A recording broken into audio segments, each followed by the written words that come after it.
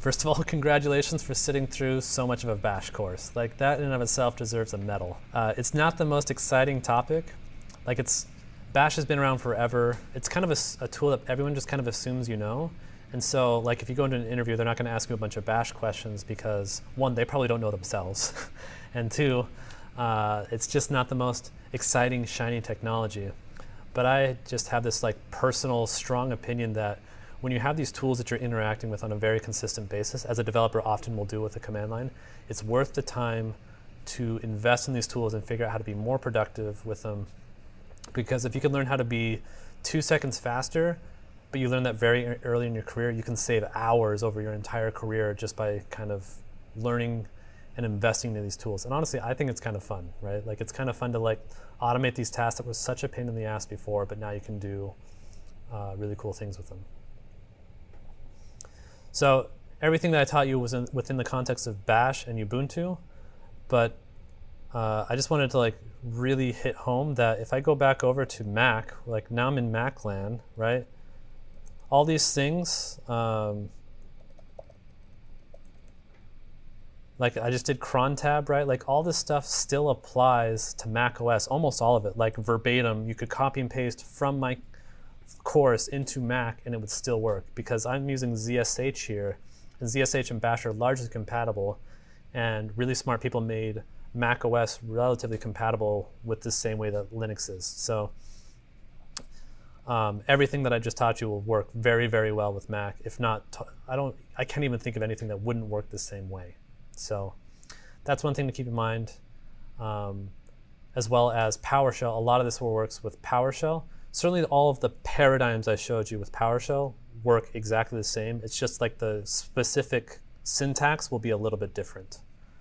And I'll be honest with you, PowerShell is a lot more pleasant to work with because it's more modern. Like Microsoft invests a lot into making it a much more modern experience.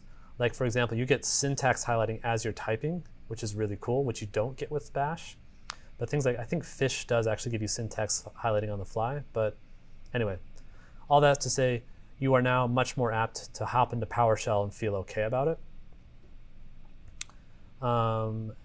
Cool, and then I just wanted to give you some places to go from here.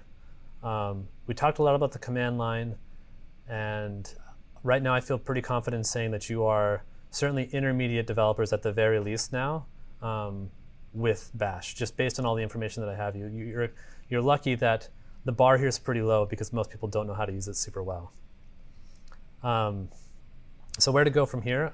There's definitely more depth to be gained here on Bash. This was definitely a cursory introduction, and I missed a lot of semi-important concepts. Like, we didn't talk about symlinks. You might go look up symlinks because that is actually a fairly important concept. One that I don't use a ton because they're a pain in the butt. But so definitely you can go get more depth on Bash. There's my course on the complete intro to containers, which takes this knowledge that I gave you and takes it into like even further depth. It teaches you more about Docker and how to do Linux containers. That's actually the inspiration for doing this course, is because I wanted to make sure everyone got up to the level that they needed on Bash so they felt comfortable doing containers. So that is definitely like the intermediate version of this course would be the intro to containers. Git in depth from Nina Zakarenko, I think I've referenced it a couple of times. That'll teach you Git specifically, which is very command line oriented. Full stack for front-end engineers. I think that has a little bit of a crossover with this course as well from my old coworker at Netflix, Jem, but it's amazing. And then I want to encourage all of you to dig into Node.js because it's like a very huge passion of mine. And I would be upset if literally anyone else taught that course for front-end masters except Scott Moss, because he is just like the best, most entertaining teacher and just the nicest guy in general. So definitely go check out the introduction to Node from Scott. So thanks again. Thanks for sticking through it. Super appreciative. I know Front-End Masters is appreciative of all the people that watch the courses and all the subscribers, as am I. So take this knowledge, go out and make the world a little bit better place, and hopefully it makes you a little bit happier. So thank you, and thanks for sticking through the course with me.